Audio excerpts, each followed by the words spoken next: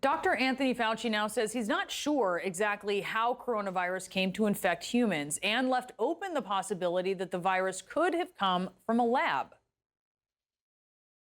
Are you still confident that it developed naturally? No, I'm not convinced about that. I think that we should continue to investigate what went on in China until we find out, to the best of our ability, exactly what happened. To be clear, Dr. Fauci never said that COVID-19 did not come from a lab. What he said was there was no scientific evidence supporting that it did. And later in that very same interview, Fauci said investigators still say the spread was likely natural, meaning zoonotic, starting from an animal that transmitted it to humans, which has long been the explanation that was more broadly considered as likely, that it began in Wuhan's seafood market, where there were also a number of animals. So how did we get here? With America's most prominent public health expert saying that the lab leak theory, which was previously hawked by conspiracy theorists, might actually be credible. The lab leak theory that the coronavirus pandemic originated in some fashion in a laboratory in Wuhan has been circulating in the United States almost as long as the virus. One of the first elected officials to promote this theory was Senator Tom Cotton, who said this back in February of 2020. We don't have evidence that this disease originated there, but because of China's duplicity and dishonesty from the beginning, we need to at least ask the question to see what the evidence says. Now, Cotton clarified that he didn't think that China intentionally released the virus, but this lab leak theory became a popular hypothesis in conservative circles around that time. In April of last year, a Washington Post columnist highlighted State Department cable's warning of safety issues at the lab in Wuhan.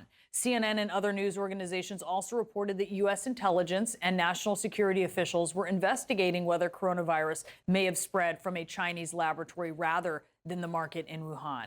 Former President Trump said this when asked about it. We're looking at it. A lot of people are looking at it. It seems to make sense.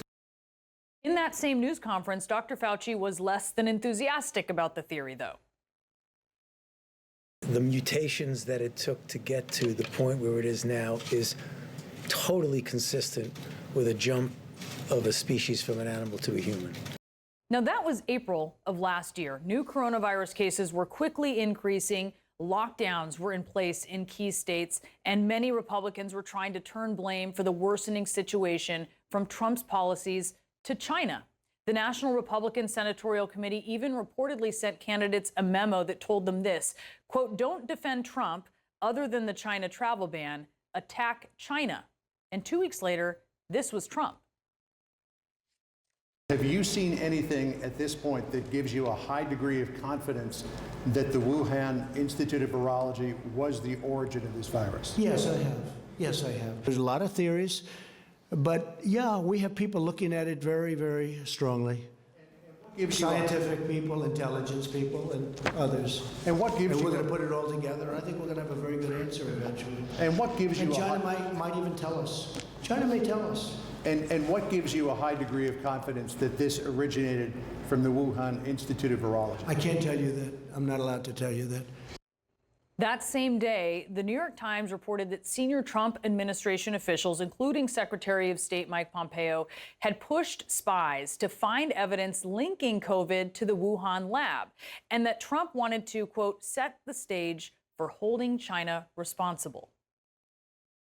Have you seen anything that gives you high confidence that it originated in that Wuhan lab? Martha, there's enormous evidence that that's where this began. Pompeo never, though, shared that evidence. At the time, Dr. Fauci insisted the evidence showed the virus almost certainly evolved naturally, and it was a circular argument to suggest otherwise. The lab leak theory remained a fringe idea until as recently as March of this year, when former CDC Director Robert Redfield told our Sanjay Gupta this. I am of the point of view that I still think the most likely etiology of this pathogen in Wuhan was from a laboratory, escaped.